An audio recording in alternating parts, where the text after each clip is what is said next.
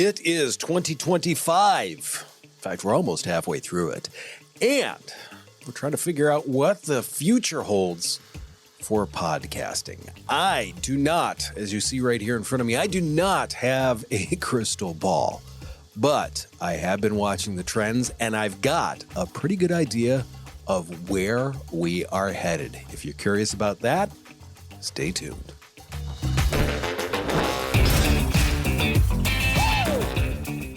Thank you for coming along this week. As always, it is great to have you. It's always nice to be in your ears. Do me a favor, subscribe, like, follow, all the other happy stuff that everyone else is asking you to do. I would greatly appreciate it. You would help us in getting out to a larger audience and to a larger community that we want to share with you, so that way we can all do better at podcasting. With that, diving right in, what does the future hold for podcasting? I think there's some pretty cool stuff coming up, because when you look at it as a whole, podcasting, I mean, the landscape has changed, but how it's done, it's evolved a little bit. But when you look at it compared with 10, 15 years ago, there's a lot of it's the same. Now, I think some of it is going to stay the same with the RSS feeds and stuff like that. But how can we make this easier, better for everyone involved? How do we make it easier for our audience to find us? How do we make it easier for us to produce things? And I mean, we want to make sure that we're producing at a high level, because let's face it, no one wants to listen to garbage. I don't, pretty sure you don't. That being said, AI tools.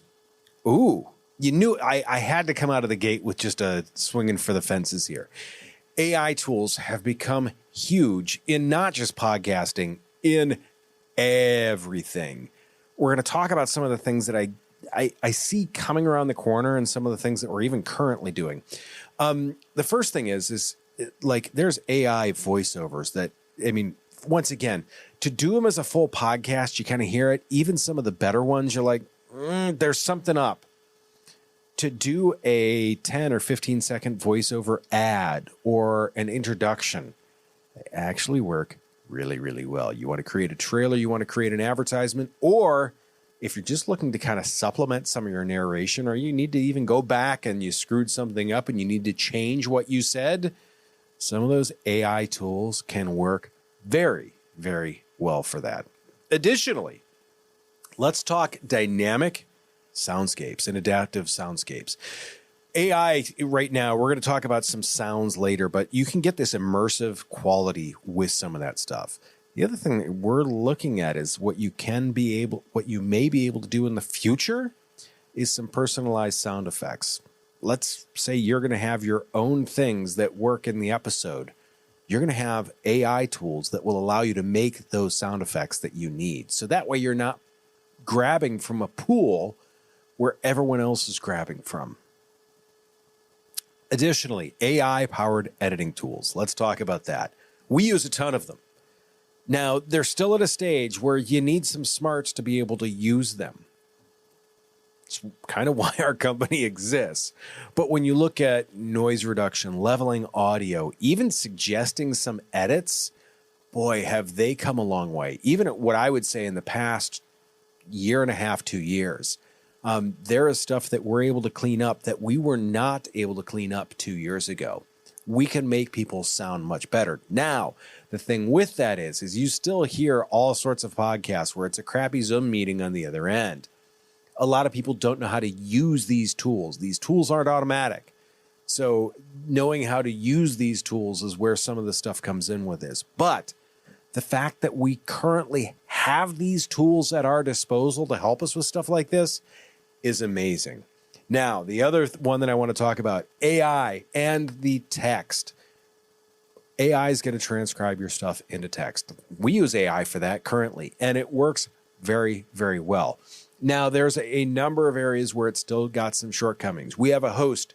The gentleman's name is Tunde Angulana. Yes, AI has no idea what to do with that. So we know to go in and search it. We search it usually, like it comes up with like Tuesday or tomorrow.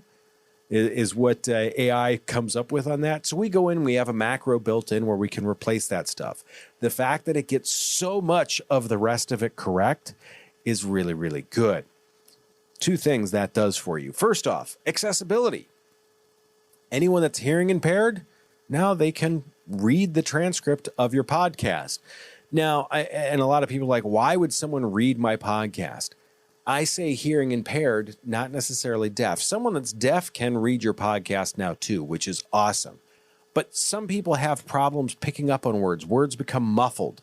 If they're able to read along with it, they can listen to the podcast to get the emotion from it while reading it to make sure that they get the words correct. You open up a whole slew of people out there that want to have access to your content, to your brand, and you give them that with this. Additionally, once again, SEO optimization. If you say the right things in your podcast, you have that ability to get that transcribed, and now those words are out there to be searched. So what happens on the listener side when it comes to podcasts and how you find them?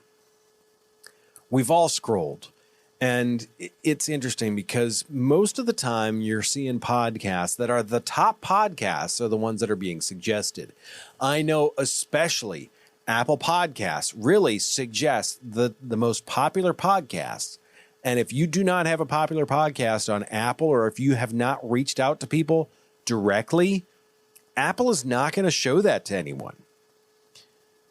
As the podcast platforms grow, especially with ones like Spotify, they are starting to create these tailored podcast experiences based on data. Everyone felt like before this that a lot of people think that your podcast platforms work the same way that like the social media algorithms work. They truly do not. Spotify was one of the first ones to really start to do that, where they start to make those like, here's a suggestion based on what you already listened to, and they will pull from some of these more obscure podcasts. Whereas Apple's just like, hey, here's the top 100 podcasts. These are the ones that we're going to push. This really, I mean, using those algorithms to analyze those listening habits, those preferences, now people, they're going to start to look at like, how long are you listening? Are you listening to 20-minute long podcasts? Or are you listening to hour-long podcasts? Are you listening to 5-hour-long podcasts? It's going to start to look at that type of information to say, okay, this is a person, they're looking for podcasting information. They like hosts that are enthusiastic, and they want something that's around 20, 25 minutes. Sound like anyone you know? That being said, they're going to be able to recommend the podcast that is going to fit the best, not just the top podcast that is already out there, because that becomes that perpetuating cycle. If it's a top podcast, those are the ones that they're going to suggest, and it's just going to build and build and build on itself. This will pull some of those more obscure podcasts into someone's feed, because in so many cases, that obscure podcast may fit what that person wants better. The thing that I love about that is that will help with that the discovery for many, many, many podcasts from the producer side. As a listener too, the other thing is I always love discovering new podcasts, and sometimes it's tough. I have to go out and find them because in many cases the platforms aren't pushing those to me. So that is one of the biggest things. Think about this from the listener side of it. You've got a podcast app. It's suggesting episodes based on the topic, the duration, the who else is listening to it. It's going to look at all those things. To me, that really becomes a win for everyone. And it starts to democratize the podcasting space and make it so there's a wide, you're going to get that wider, I don't want to say wider audience. You're going to start to get that larger audience that's very focused on what you do. To me, that is as we start to see more and more of these things happen and more of these tools roll out, that is a win for everyone that has a niche podcast. Because let's face it, you may not get promoted by Apple Podcasts currently, but there's a chance that you do in the future. The next thing that I want to talk about here, the power of immersive audio. There's all sorts of 3D sound and spatial things that make for just a better listening experience.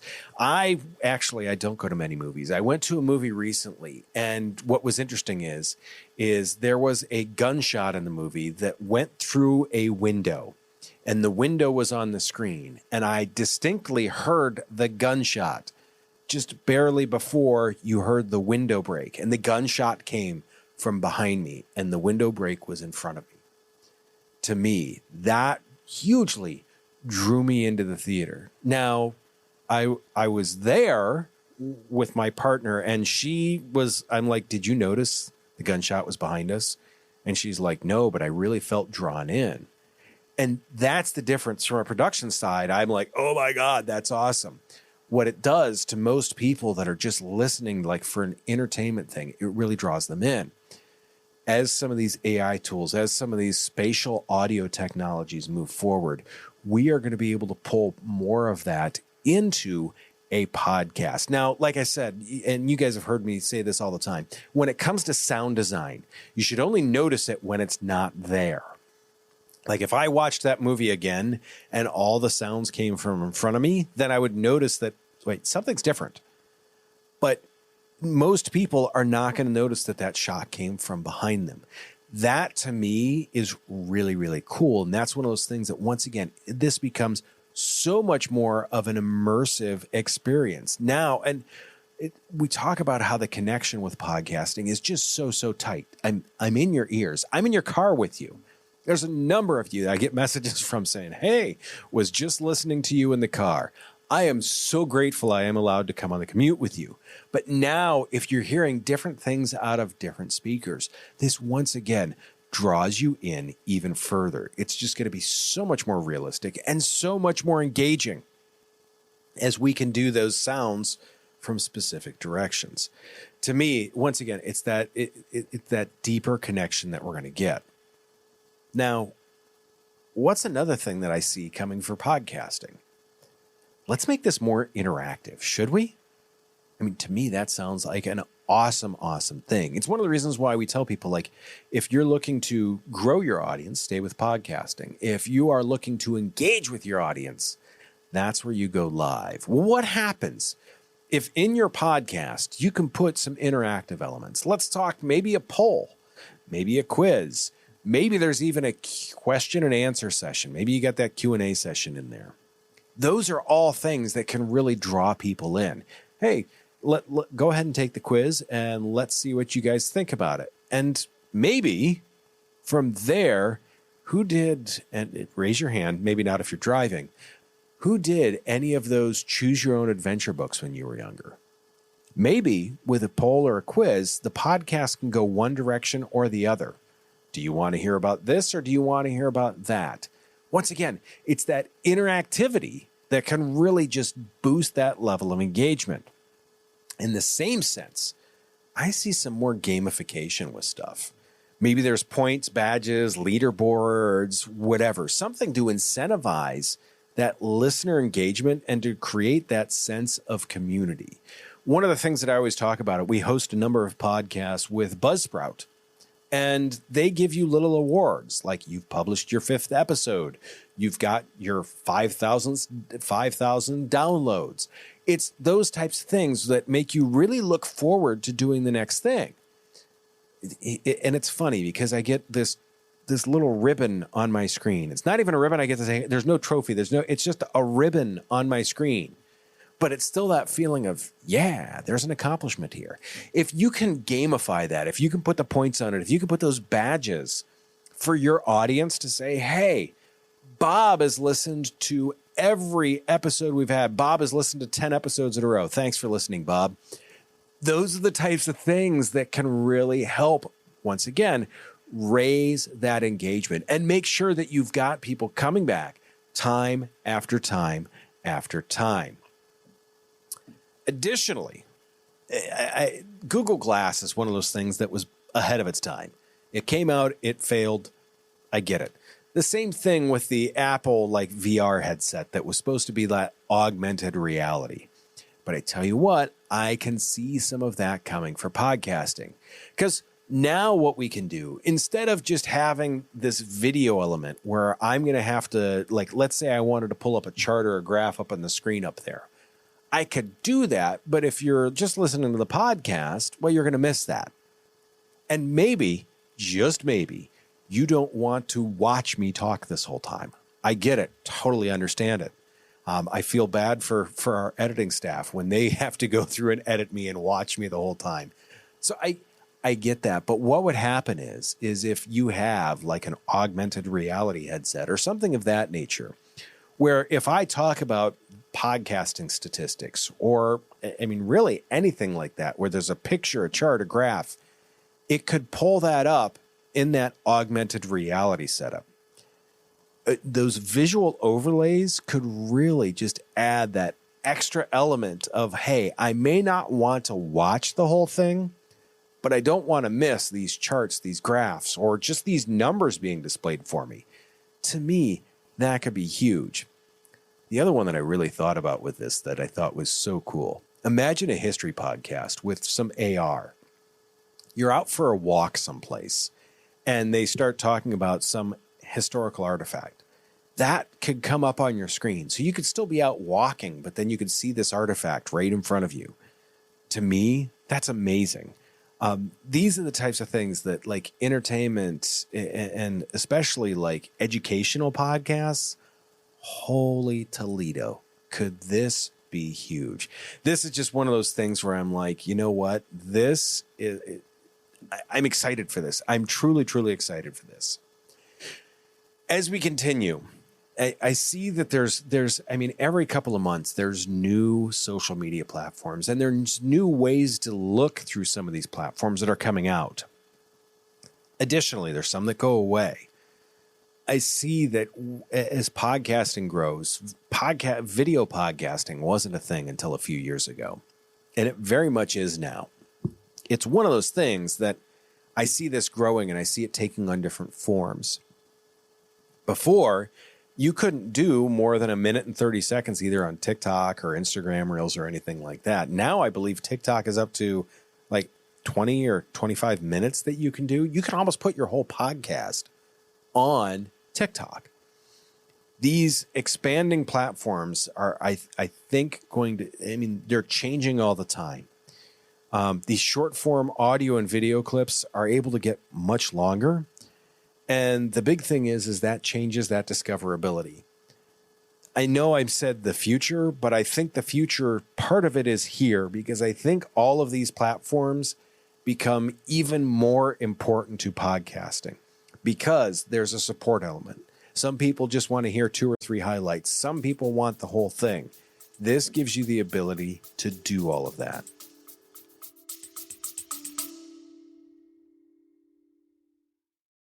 Is your podcast not getting the results you hoped for? Are you feeling stuck and unsure how to grow your audience or make a real impact? We get it.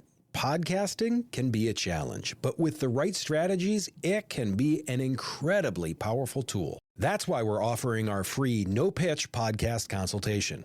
We'll spend 30 minutes with you identifying areas for improvement on anything from optimizing your audio or video quality to developing a content strategy that resonates with your customers. If you're ready to unleash your podcast's full potential, visit the link in our show notes to schedule your free consultation. Space is limited, so sign up today so we can help you create a podcast that truly shines.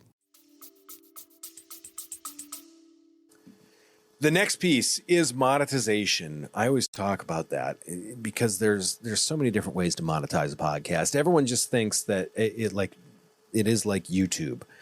I build it, I get some subscribers, and suddenly the dump truck filled with money up to my doorstep.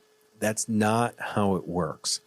But the good news is, especially over the past number of years, podcast ad revenue continues to grow each year. Brands are embracing that this is a targeted reach. There's high engagement rates. I mean, if your podcast talks about baking, no one that doesn't like baking is listening to this podcast. So this is the great place to market your baking pans or whatever. I mean, there's all sorts of ways to do this. It is a highly engaged audience, and it's a niche audience. This is directly the way to talk to your people. With this, there's still the dynamic ad insertion, which is currently in podcasting, and there's talks about it coming to YouTube on a video side of things. So you can do the dynamic ad insertion. There's still native advertising. The big thing that I want to cover with this, and why I say there's a future in this, podcast ad revenue continues to grow. The fact that with that, there is going to be new ways to capture that revenue coming up. Now, that's not to say that your podcast necessarily needs to go out and find ad dollars from someplace else. But what I am saying is there's all sorts of other tools that if they're available for advertisers and you have a branded podcast, there's going to be a way for you to use those tools within your branded podcast to benefit your business. To me, that is huge. Additionally, I am seeing more and more. In fact, we just talked with someone about this the other day. In fact, we talked with 3 people the other day about this, subscription models and premium content. You've got direct to audience monetization there. They can do ad-free listening. You can give them bonus episodes. You can give them early access. You can give them bonus interviews. You can give them behind the scenes content. You can give them exclusive question and answer sessions. Nonetheless, the paywall you can do. And what's funny is so many people are willing to spend $9.99 a month to do that. If you're looking to have that added bit of content, put that behind that paywall. And that is how your content not only pays for itself, but it can pay for itself and support your brand at the same time. How do we build a sustainable podcast into the future? That's the big question, right? I mean, with all these cool tools, with all these changes going to be available here, there's a couple of things that I'm going to say with this. The one, you need to be doing video. If you are not doing video with your podcast, you are missing out on such a huge opportunity because there's so many platforms out there that support video. Go do that. The other thing that's going to be available that, I mean, I see more and more people do is they are live streaming their podcast recordings. So they will do a live stream. In fact, one of our clients, we do this every couple of months for him. He will do 5 or 6 live streams, and then we take the recordings and we polish them up for him, take some of the bits and pieces out of the live that didn't go as well, and that turns into a podcast later. Same, it would be like a Q&A session in many cases. The other big benefit with that is that live interaction with the audience. And something else that I really want to cover in terms of diversification. We talked last week, and if you haven't watched it or listened to it, go back and get that episode. We talked about different ways to do your podcast, whether it be having a narrative storytelling type of setup, or whether you're going to do different seasons for stuff. Explore some of those different formats because you want to make sure that you're versatile enough moving forward that as things change, you're ready to change with them. If you're going to build a strong online presence, you have to engage with your community. Letting them sit is just not going to cut it because the trend that we are seeing is the more engaged, the more responsive, the more accessible you are, the better you're going to do as we move forward. It seems like these tools are giving us all that accessibility to people that, I mean, before, I mean, you could have called into the radio station 20 years ago, and when you pick up the phone, you may have gotten a busy signal. This is the type of stuff that helps to ensure that if you're sending a message, that it's going to get through. You're going to get that authentic connection with that podcast or with that person. That's what the people are looking for from you. So make sure that you are engaging with people because they will then tell you what they want to see in the future coming up. The last big piece that I want to talk about this, focus on quality. Make sure that you sound good. Make sure that you look pretty good. Make sure that you are telling a quality story. Make sure that you are giving people a value for their time. These are the things that will make sure that as we look to the future, you will stay in the game and your podcast will stay relevant, because it's just a huge portion of this. So let's summarize a couple of quick things here. First off, AI is revolutionizing podcast, both from a production and a personalization standpoint. I am here for it. I'm excited for it. I hope you are too. Immersive audio, be on the lookout for this. Listen for this. When you're listening to podcasts, see if you're hearing stereo elements as of this point. Social platforms, make sure that you are looking for new ones that crop up. Getting in early can often be a really big help when it comes to gaining followers. Make sure that your monetization strategy fits your brand and your business, and look to see where that's evolving. If you see more revenue coming in an area, lean into that. If you see less revenue coming in an area that you've monetized, pull back from that a little bit. The big thing, sustainability relies on quality and adaptability. I tell people, don't make these wild swings. Don't change everything. Don't 180 degrees every other week. Adapt. Slowly change little things to make sure that you and your podcast are constantly getting better. One of my podcast hosts, she always asks everyone at the end of every episode, what's something that a business owner can do to get 1% better? What's a piece of advice that you can give them to give 1% better? Because those are the things that when you add them up, make a huge, huge difference. Hopefully, in this podcast, you found something that would make you 1% better. As always, do me a favor. Take care of yourself. Can take care of someone else too. I will see you very, very soon.